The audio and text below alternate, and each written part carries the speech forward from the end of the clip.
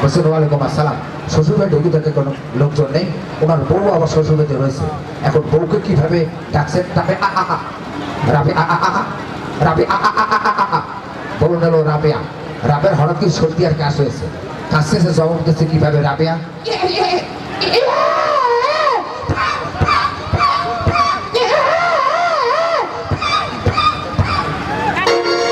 ধন্যবাদ। এক ব্যক্তি বিশাল এক মঞ্চে বক্তব্য দিচ্ছেন, হঠাৎ করে 12 নম্বর সিগন্যাল দেখা দিচ্ছে, অর্থাৎ পায়খানা চাপ দেখা দিচ্ছে। উনি বক্তব্য শেষ করতে পারছে না, এদিকে সহ্য করতে পারছে না, কষ্টটি কত প্রকার।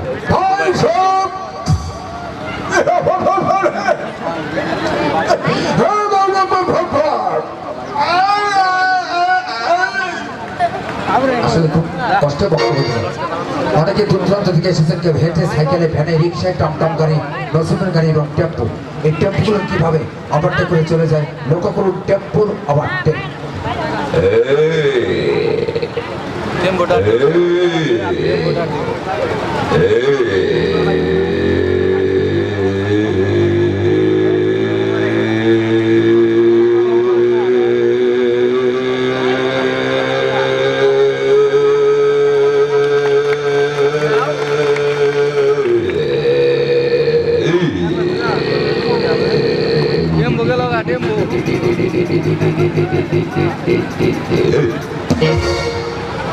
চলে আসলো।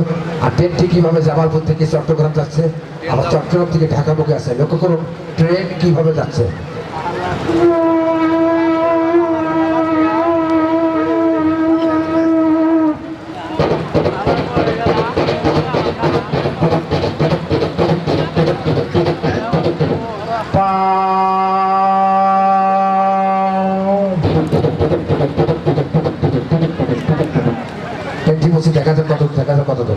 আমরা বাঙালি, আমরা দিনে দিনে বাংলা গান থেকে আমরা বঞ্চিত যাচ্ছি।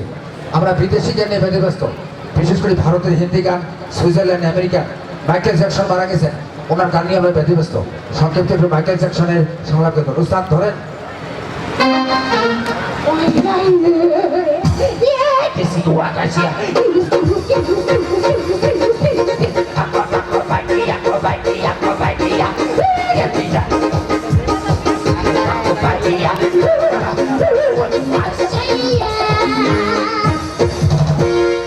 গানের আগাও নাই, মাথাও নেই। হারানুদ্দিনের আব্দুল আলিম, আব্বাস চৌধুরী, লালন ফকির, কানায় লাল সিং, এনারা গান গিয়েছিল, মানুষের কথা ছিল, আল্লাহ রাসূলের কথা ছিল। আব্দুল আলিম সাহেব কিভাবে গান পরিবেশন করতেন? নবী মোর পরশ বনে, নবী মোর সোনার খনি, নবী নামে জাতি যে জন সেই তো জানের ধনী। নবী মোর পরশ বনে, নবী মোর সোনার খনি, নবী নামে জাতি যে জন সেই তো জানের ধনী।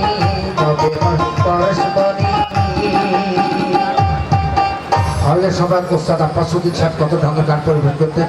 আমায় তো রাতে গানে ডাকিতি প্রাণ কোনি লারে, আমায় তো রাতে গানে ডাকিতি, আমায় তো রাতে গানে ডাকিতি প্রাণ কোনি লারে, আমায় তো রাতে গানে ডাকিতি। আর এখনকার গান ওই আকাশের লক্ষ্য তার আছে, আমি কিন্তু একটা দেই।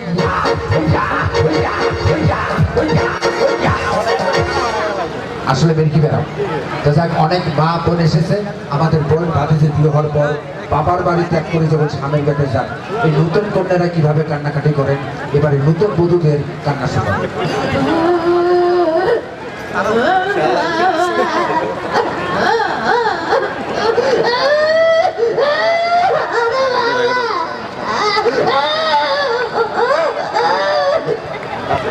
ধন্যবাদ। 5-7 বছর সংসার করার পর যৌতুক না দেওয়ার কারণে স্বামীদের মারপিট করেছে।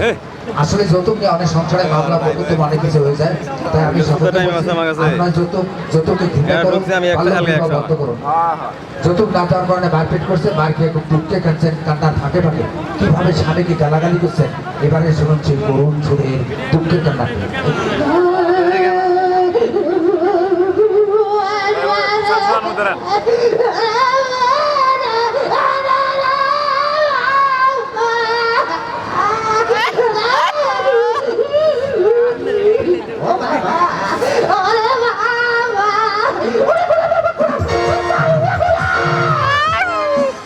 ধন্যবাদ। আগামীকালকে আছে ইনশাল্লাহ। সকলে ভালো থাকবেন, সুস্থ থাকবেন। আপনাদের ছোট ছোট ভাই বোন ছেলেমেয়েদেরকে স্কুলে পাঠাবেন। সকলে নিরাপদে চলবেন, নেশা দ্রব্য থেকে দূরে থাকবেন। আল্লাহ হাফেজ।